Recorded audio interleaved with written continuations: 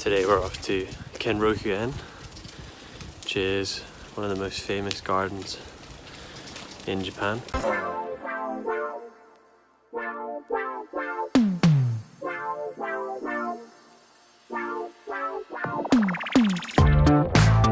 was built for a feudal lord about 300 years ago, and it's a prime example of the Demo style of garden. So we're just cutting about from our Airbnb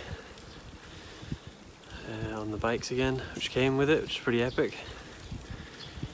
Nowhere's really open this early, even on weekdays, so but the garden opens at 7 AM, so it's about 8:30 now.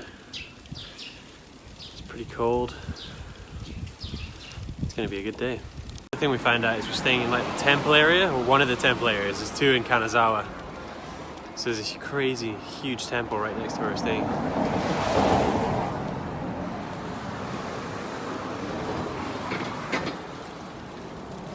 Pretty fresh.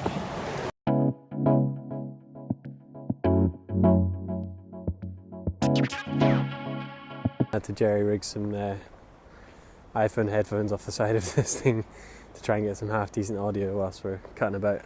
So we're here in Kenroku-en. Absolutely stunning. It's like something out of a little model town. There's absolutely hundreds of workers going around, like making sure all the gardens are perfect, raking all the gravel,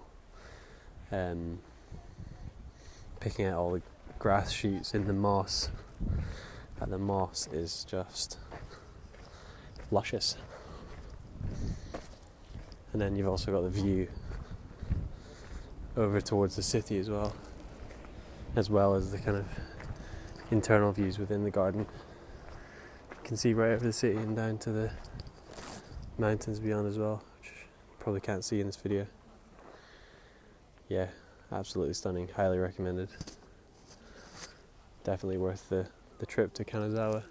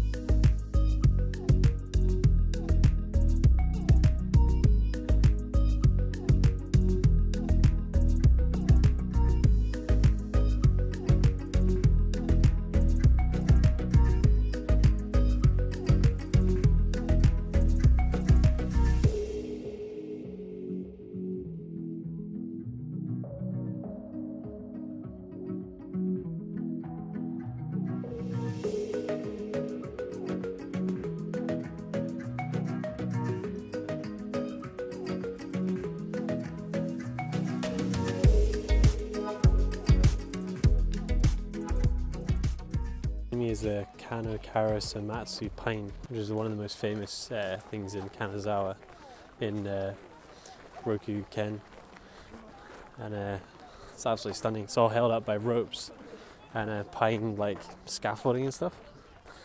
It's pretty fascinating how much time and effort goes into maintaining the look of this place and the trees and everything. The other really interesting thing about Kanazawa and Kenroku-en is that there's almost no Westerners here.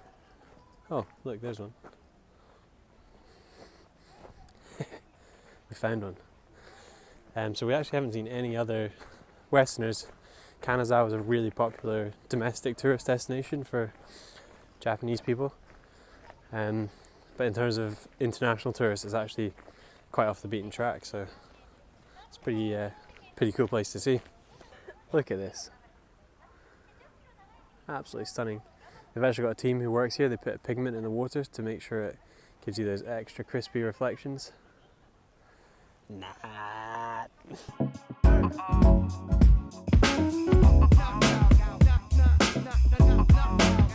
was epic. Went to the vegan, vegetarian, macrobiotic, gluten-free. Vegan, natural, organic, vegetarian, macrobiotic, gluten-free. LA. Los Angeles cafe in Kanazawa. Highly recommended. So in Kanazawa we used the bikes that the Airbnb provided with us. Oh, so that was our first time cycling in Japan. We'd noticed a lot of people on bikes in Tokyo, but hadn't quite dared to venture out on bikes in the big city. That's quite a big attraction of actually booking the Airbnb as well, wasn't it? Yeah.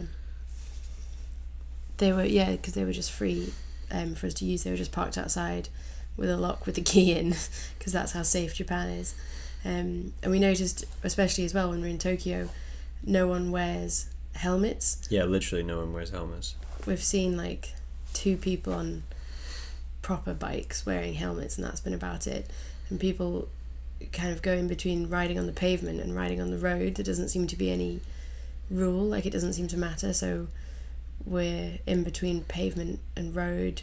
You just share it with pedestrians. And yes, well, some pavements had like this kind of different type of paving to sort of separate the two, but again, pedestrians didn't really seem to use either side, and cyclists didn't really seem to use either side.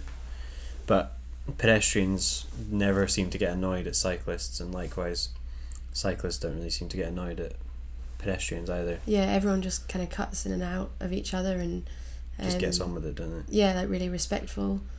Like I come up behind this woman and then cross over here and behind these people and then go onto the road and then onto the pavement. But this isn't like us being, this is just following the example we were set by the people we saw cycling. So it was it was a really easy way to get around Kanazawa. Not so great in the rain, but on this day it was absolutely brilliant. It saved us so much time and effort, because buses and public transport isn't really designed for ease of use.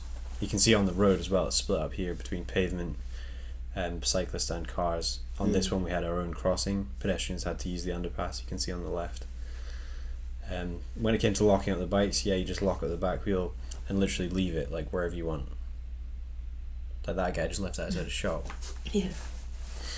This was outside a department store where they had like a kind of proper multi-story bike parking area.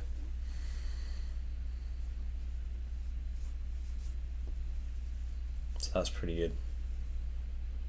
Yeah, this was like the garden, there was proper bike parking. The signage has always been really good. And now on to the DT Suzuki museum. The guy that introduced Zen Buddhism to the West. Enjoy.